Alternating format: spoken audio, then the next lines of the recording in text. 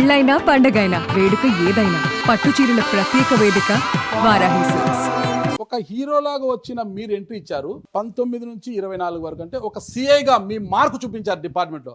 మరి 5 ఏళ్ల పాటు ఒక ఎంపీగా మీరు చూపించిన మార్క్ ఏంటంటే ఏం చెప్తారు?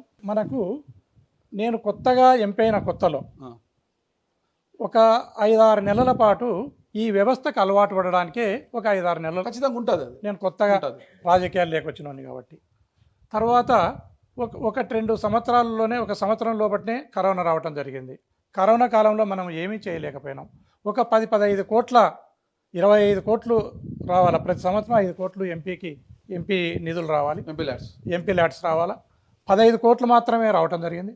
15 కోట్లను అన్ని నియోజకవర్గాలకు సమానంగా, అంటే ఏదైనా కొంత వెనుకబడిన ప్రాంతం ఉంటుంది, ఆ వెనుకబడిన ప్రాంతానికి కొంత ఎక్కువ తక్కువ అందరికీ సమానంగా డిస్ట్రిబ్యూట్ చేయడం జరిగింది. ఈ జిల్లాలో వచ్చిన రోడ్లను ఆ కన్సర్న్డ్ ఎమ్మెల్యేలను అడగండి. నేను స్వయంగా గడ్కరీ దగ్గరికి పిలుచుకొని పోయి ఆ ఎమ్మెల్యేలను రిప్రజెంటేషన్స్ ఇచ్చి ఎక్కడ ఏమి రోడ్లు కావాలనో ఆ రోడ్లనల్ని ఇప్పుడు ఈరోజు ఈ 5 సంవత్సరాలలో ఏవైతే రోడ్లు ఎస్టాబ్లిష్ అయినాయో, రోడ్లు తయారైనాయో, ఆ రోడ్లకు అన్నిటికి కూడా నేను గడ్కరీ గారి దగ్గర తీసుకుని పోయి నేను రిప్రజెంటేషన్, ఈవెన్ మీరు పుట్టపర్తి అయినా అడగండి, ధర్మవరం అయినా, నువ్వు ఏ ఎమ్మెల్యేనైనా అడగండి, నేను స్వయంగా తీసుకుని పోయి రిప్రజెంటేషన్స్ను ఇచ్చే ఆ రోడ్లను తీసుకురావటం జరిగింది. అది మార్కు కాదన్నారా?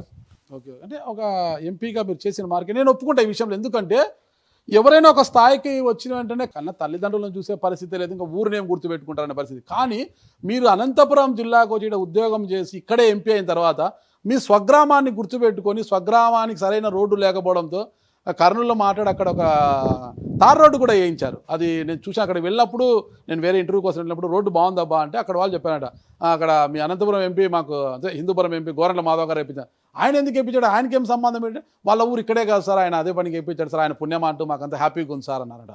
ఎందుకు అసలుకి మీ ఊరికి రోడ్డు వేయించాలని ఆలోచన ఎందుకు వచ్చింది అక్కడ? నేను పుట్టి పెరిగిన ఊరు, ఉన్న ఊరు, కన్న తల్లి, ఇవి రెండు సమానము అనే భావన ఉన్నవాడిని. ఖచ్చితంగా నేను పుట్టిన గ్రామానికి ఏదో ఒకటి చేయాలన్న ఉద్దేశంతో నేను ఆ కన్సర్న్డ్ ఆఫీసర్స్ను అడగడం కానీ, లేదా ఆ కన్సర్న్డ్ ఎంపీలను అడిగి ఆ రోడ్డును వేయించడం జరిగింది.